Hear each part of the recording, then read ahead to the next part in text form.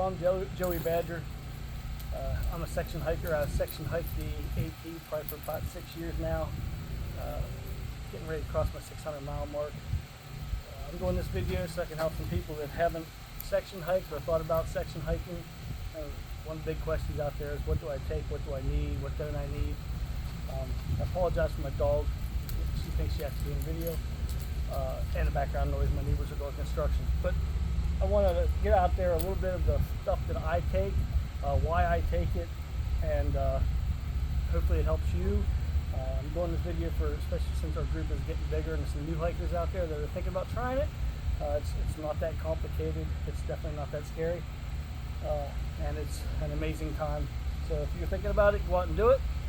But here's the video. I'm going to do it in a couple different segments.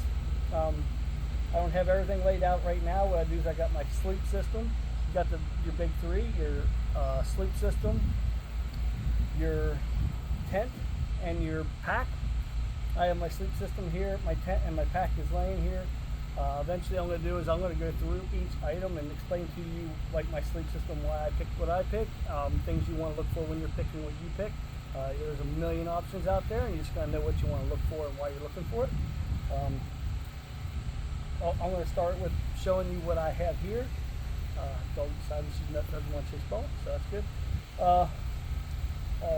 I'll show you what I have, what I've been using. I've been using this stuff for most of it for over 3 years, 4 years. You're never going to be content. Doesn't matter if you have the best stuff, great stuff. There's always something else coming out. You're always wanting to upgrade. You're always looking for something better, something later. Usually, what you're looking for. However, I've gotten to the point now where I realize I'm not an ultralight hiker. I don't want to be an ultralight hiker. I prefer a little bit of comfort, especially if you're section hiking. I can understand if you're doing 2,100 miles, you may want to be as light as you can. But if you're only doing 40, 50, 60 miles, or you're doing a lash, long-ass section hike, you want to do 100 miles, you still can live in comfort through that amount of time. You can do 10 days and carry 30 pounds easily. So my pack usually weighs somewhere between 27 and 32 pounds. That's fully loaded, water, food, everything. I've never actually sat down and talked about base weight. I don't know why it even matters what your base weight is. You can't carry just base weight. Base weight is just your big three and no water, no food, nothing else that you're carrying. So you're not going to go out on the trail like that. So I don't use base weight. Your total pack weight's what matters. And if you can keep it around 30 pounds, for the average person, it's not going to be a problem for you. I will tell you, you'll see that my pack is a heavier pack. This is a Voltero 75 liter. It's a very rugged pack. You're looking for a pack that can do it all. Easy access. It's not super heavy. It's around I think 4.5 pounds-ish. It may be closer to 5, but it doesn't. It carries. You can put 50. I've had over 50 pounds in this pack, and you can absolutely carry that comfortably. Like 50 pounds does not touch the max weight of this pack. You'll probably get your pack to a heavier weight than you can carry before this pack quits.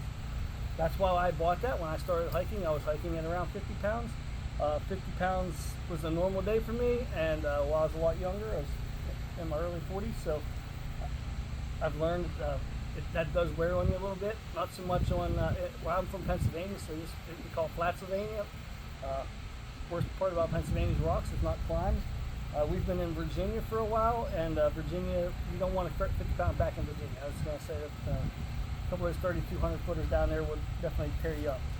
But my goal is to be around 30 pounds. That's what I would say the average person's goal should be, somewhere around 30, totally weight, water, food, everything you're going to carry, battery banks, cell phones, everything at 32 pounds. You get that 32 pounds, you're going to feel pretty comfortable. So what I'm going to do is I'm going to go through what I have here, show you what I have, and then explain to you, probably in separate videos, why I pick what I pick. Let me help the dog out here a little bit. All right, this will be the end of this section of it. I'll get into what's here. I'm not even going to shut the video off. We'll just do it quick. So this is my sleep system. You're going to see, I'll use my stick as a pointer. So this is something new. I don't normally hike. I have not hiked previously with two pillows. The single greatest improvement to my sleep on the trail was this. That's it's a foam filled pillow you get at REI. It's foam filled. You can pack that thing down really, really small once you squish it down. That was the single greatest improvement to my sleep. This is a Nemo Tensor. It's a 4-inch by 25 wide sleep pad. That thing is amazing. This is actually, I do not use this all the time. I use this specifically in cold weather. I use it in combination with the Tensor. This is a fold out flat pad. It's a foam cell pad. I usually put that underneath of this. That gets because you lose most of your heat through the ground. So I went to a second pillow. I'm going to try that on this hike. That's the first time I would be doing that. I did get a smaller pillow since it's my second one, and they do not have much weight. REI puts the specs on their website, but they're pretty light. This is my summer sleeping bag. This is a Helio Sac 55. REI does not have these anymore, but you can still find them on like Marketplace. Very nice pack. It's a square sleeping bag. That square sleeping bag actually unzips totally and almost turns into a blanket, almost like this tarp, about the size of this tarp. So you can actually make it like a blanket and then lay it over top of you on hot months. This hike we're going on this weekend is right at that 55 degree mark. So I've not decided whether I'm going with the small 55 degree bag or this is my Nemo Disco 20 or Disco 15. Sorry, this is a 15 degree bag. It is amazing. I love that pack. So, or that bag. That bag is, let's see if I can say. That bag is designed specifically for people that move around a lot. It's very open. I can literally it feels like I can do somersaults inside that sleeping bag. And it keeps you very, very warm. Maybe a little too warm for 50 degree weather. So I'm probably going to go with this. I also, what you don't see here, each one of these bags has a, I can show you. Each one of these bags has a, this is my light one, so this has basically a silk liner that goes inside of it. It's almost like a sheet on your bed. I always use a liner for my sleeping bags. If you want to keep your sleeping bags clean, not stinky, you want to use a liner. For my winter bag, I use a reactor liner. The reactor liner gets you about 8 to 10 degrees of extra warmth. So if I wanted to, I could actually get rid of my silk liner with my heat, with my summer bag, bring my reactor liner with my summer bag, and that would get me down into the low 40s or right around 40 with that reactor liner in that summer bag. So that's probably an option for me since we're looking at like 45 degrees this weekend, between 45 and 50 degrees. So that's always an option. I'll just take my reactor and my summer bag. It's nice to have options and you can switch them around depending when you're hiking. So that's my sleep system. My tent, I do not have it set up, but I can post you a picture of it. This is the Big Agnes Tiger Wall UL2, and then that is my Helinox Chair Zero. Like I said, I section hike. I don't through hike. That chair weighs 1 pound. At 1 pound, it is a luxury item. Is what's considered a luxury item. I don't have to have it. But for me, that luxury item is well worth it when you're sitting either around a campfire, just sitting around a circle talking, or you just want to get your shoes off and you just want to sit back and relax. That thing is like having a recliner on trail. It's very, very nice.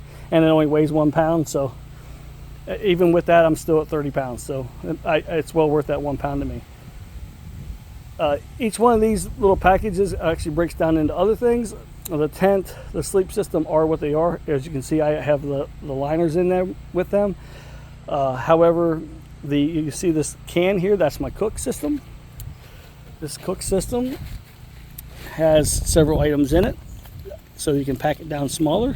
This is the Toaks 750 milliliter pot, titanium.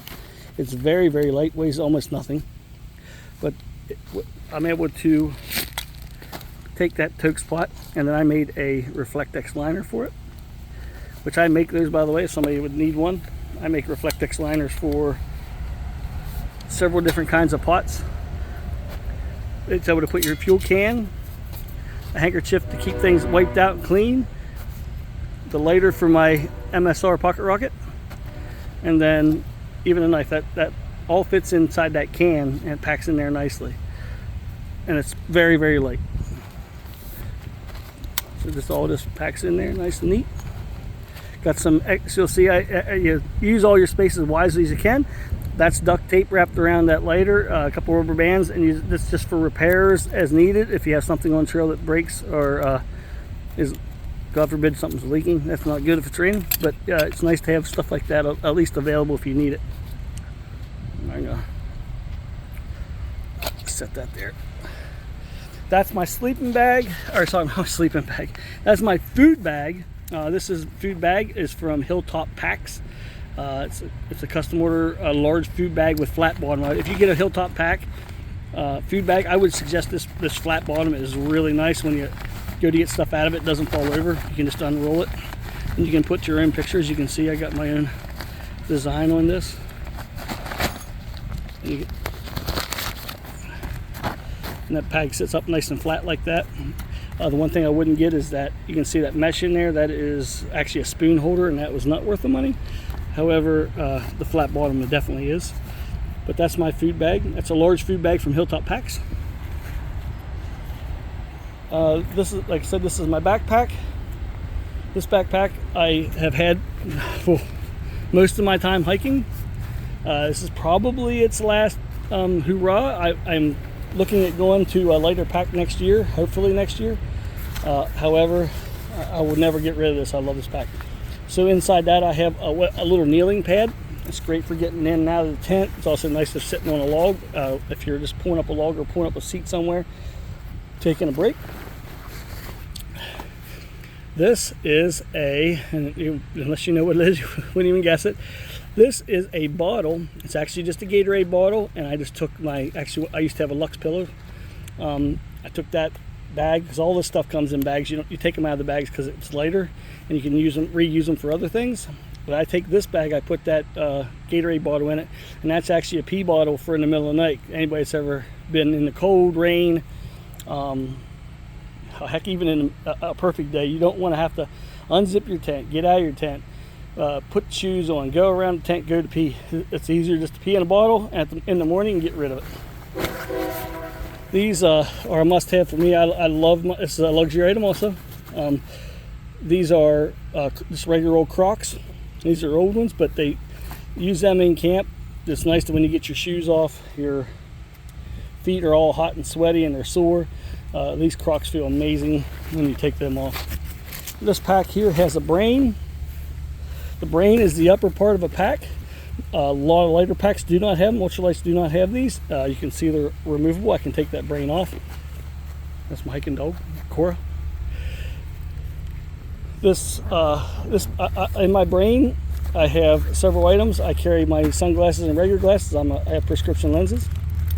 I got Appalachian Trail passports. Even in the summertime, I carry at least 2 of these with me. Part of it's a traumatic event for me. One time I was hiking, it got down in the low 20s. I was not prepared for that. I did. Obviously I survived it, but it was way colder and way more painful than what I wanted it to be. So even in the summertime, I still carry a couple of these just to throw in my sleeping bag if it gets too cold. Same thing goes for this. In the evening, if it's 45, 50 degrees out and you've been hiking all day, it's amazing how cold that feels. So I always have a beanie. It's super lightweight. Even got the Appalachian Trail emblem on it. My wife got that for me. Must have, like this time of year, especially bug spray. I know actually I usually keep this bag I like to have electrolytes with me, so I will fill that bag with drink mix packets, either Gatorade drinks mix packets. I think I got 4C ones this time that are energy and electrolyte. Got them from Amazon, but you're going to want electrolytes, just pure water. You'll actually start running yourself out of electrolytes, and then obviously you need a hat while you're out there. Especially if you're bold like me. So that's what usually goes in there. I'll also, in this top pack, I'll use it. It has the rain inside. Here's my rain cover, and it's where you keep my keys in my wallet when I'm not using it while I'm hiking. I also carry in my brain my 20,000 milliamp, I guess, Anchor battery charger. I use a 20,000 milliamp Anchor charger. Trying to think if there's anything else I put in there. Rain gear, I will stuff in this little front pack. You can keep this, you can see, kind of see through that. I keep my rain gear in there when I need it. Like I said, section hiking, you can actually judge what you're carrying for the week, or because you can get a pretty good look at it. One of the things you don't see over there is my water kit, my water treatment kit. This time of year, you don't need tablets. I use a bee-free filter, and I usually use a C-Knock bag, which is clearly laying in my pile of junk here somewhere.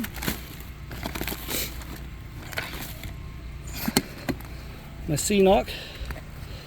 I'll put my C-Knock water catching bag. That's where my dirty water goes into the filter. Filter I just squeeze into a bottle. I use smart water bottles, just like that. These smart water bottles, you buy them at Walmart, and then I just keep refilling them. I actually got tired of keep buying them, so I clean them out every time I use them, and then just keep them for the next hike. I have a tube. This is a hydration tube off of say like a rehydration pack. You can buy kits that actually screw right into a smart water bottle. So I turn my smart water bottle into a drinking reservoir. It adds a little bit of weight, and as soon as I get my lighter pack, I'm gonna actually get a front pouch, and I'm just gonna start carrying a 16-ounce water bottle up front, and just to save that little bit of weight. It's also, every time you stop, if you want to fill it up, you gotta disconnect it and reconnect it. But I usually carry a 1 liter or a liter and a half, and I don't have to disconnect it all day. I can usually run most of the day with that. See these things? I swear by these things. I don't know if anybody else uses these, but I really like these. These Buggables, I put these on my wrist, and even with bug spray on, sometimes bugs don't let you alone. But for some reason, these Buggable things, if you put them on your wrist with a little bit of bug spray on you, man, it's amazing how well that does. I treat my stuff. Now that I have it out here, I'll actually spray it down. I did my pack with permethrin. Permethrin spray kills ticks on contact and is a bug repellent, but it's really good against ticks. Help prevent Lyme disease. It's very important to do that. I don't spray my tent. I don't know if anybody else has done that.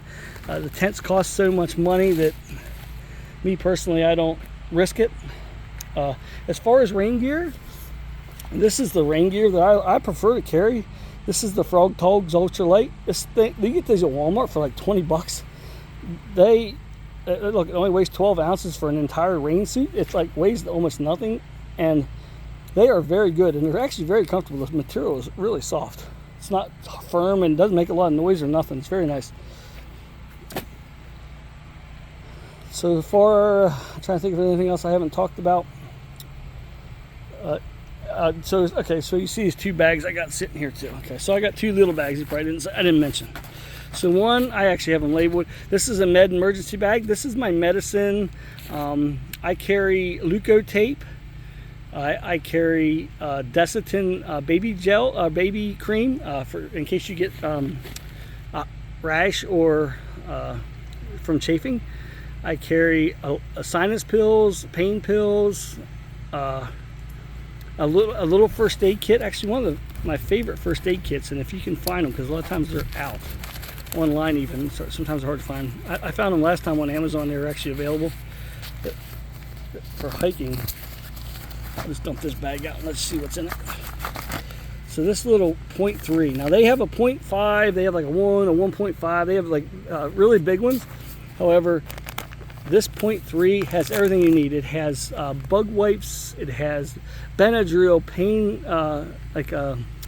Advil. It has all that in it. It's very nice to have. These are my little toothbrush things, these little whisket things for doing your teeth, and tissues. There's my leukotape. I take it and put it on a prescription bottle. I wrap it around there.